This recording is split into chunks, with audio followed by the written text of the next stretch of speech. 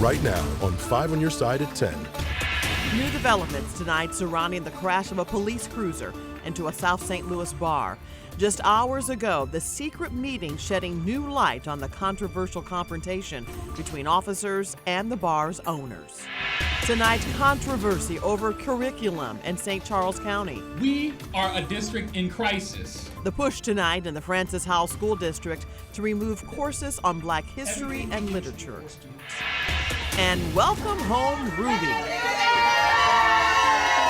The Foley teen didn't win the voice, but she didn't lose the supports of the coaches. Reba told me to reach out to her anytime. Gwen did some cool stuff, but I probably shouldn't share that. Good evening, everyone. I'm Kelly Jackson. Mike has the night off. Winter officially arrived in St. Louis about 30 minutes ago, but it doesn't feel like it outside. Chief Meteorologist Scott Connell is tracking the rain and mild temperatures in his Weather First forecast. Scott? Yeah, it is going to be a warm weekend ahead, and this warmer weather is going to stick with us right into Christmas Day. It also means we're going to have some rain to go around from time to time as well. Most of us in the metro area haven't seen much in the way of rainfall. Those of us that have seen a little bit, well, we're talking temperatures that are down into the 40s, but still above 50 degrees in many spots. That's the Chesterfield Valley. Here's a look out into St. Charles County right now. Again, lots of clouds, but most of what we've seen in terms of rainfall has been sliding by to our south. And what we've seen east of St. Louis here, over at Scott Air Force Base, back to Cahokia, just enough to get the ground a little wet. Now, these are a little more impressive showers here as you go west of Peevely, heading out towards Cedar Hill. They'll be moving through Hillsboro. You might get a couple of hundredths of an inch out of some of those, but we're going to see an uptick here as we go through the overnight hours in the showers as this whole system continues to work its way our way.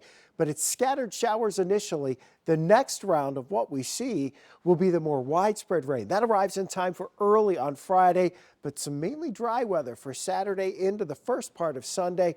We'll talk about that Christmas Eve and Christmas Day rain chance in a bit. Yeah, that's what everyone wants to know about, Scott. And between last-minute shopping and holiday travel, you want to make sure you have the latest Weather First forecast. You can get it straight on your phone by texting the word weather to 314-425-5355.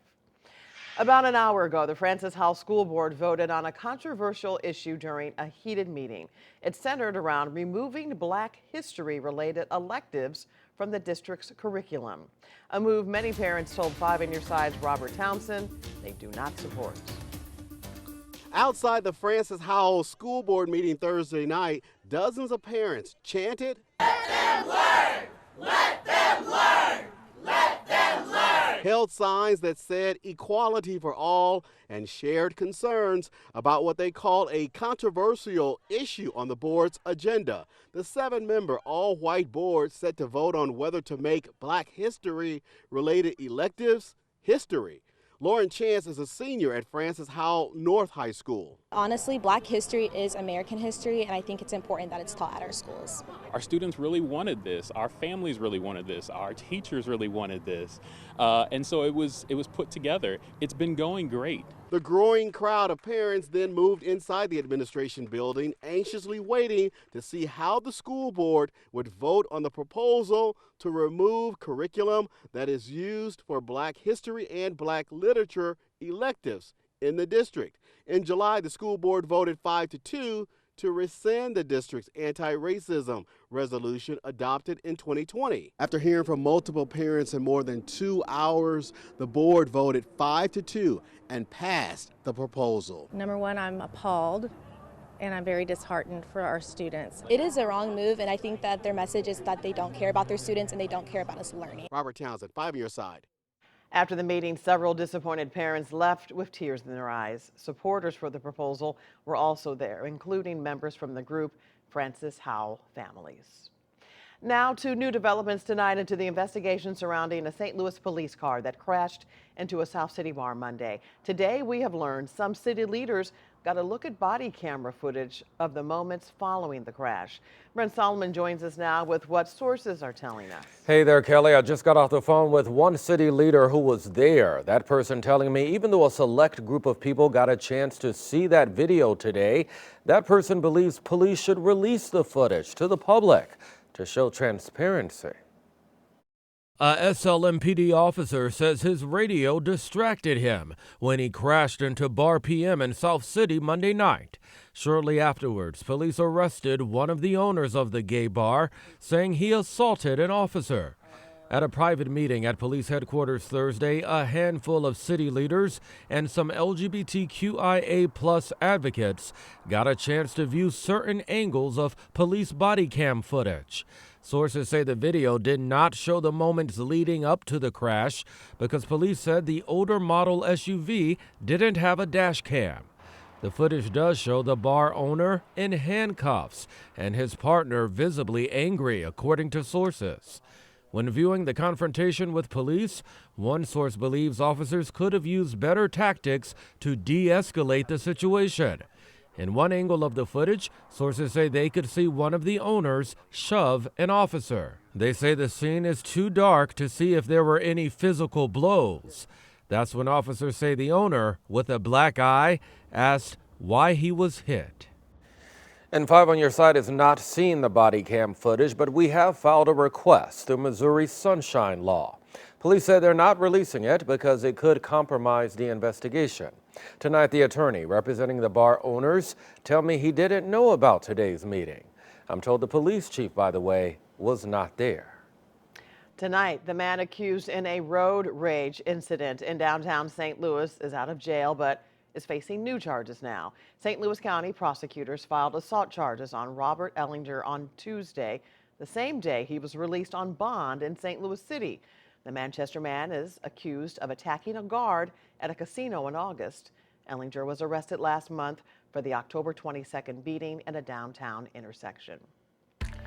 Cases of lead exposure linked to recalled cinnamon-flavored applesauce pouches are rising. More than 200 cases have now been reported across the country, and at least 5 children in Missouri have gotten sick by the contaminated applesauce, according to state health officials. An investigation by the Food and Drug Administration started in early November.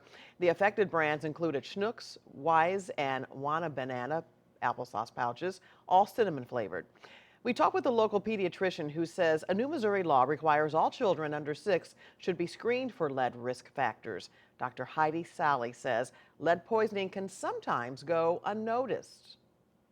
Where we usually see kids getting lead poisoning is from like paint in old houses or things like that.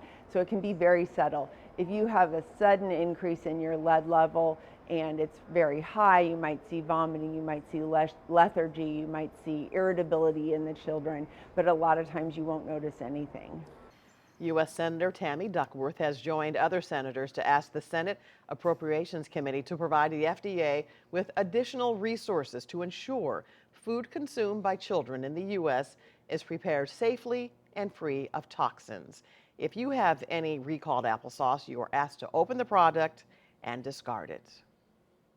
Tonight, Ruby Lee is home from L.A. just 2 days after finishing as runner-up on this season of The Voice.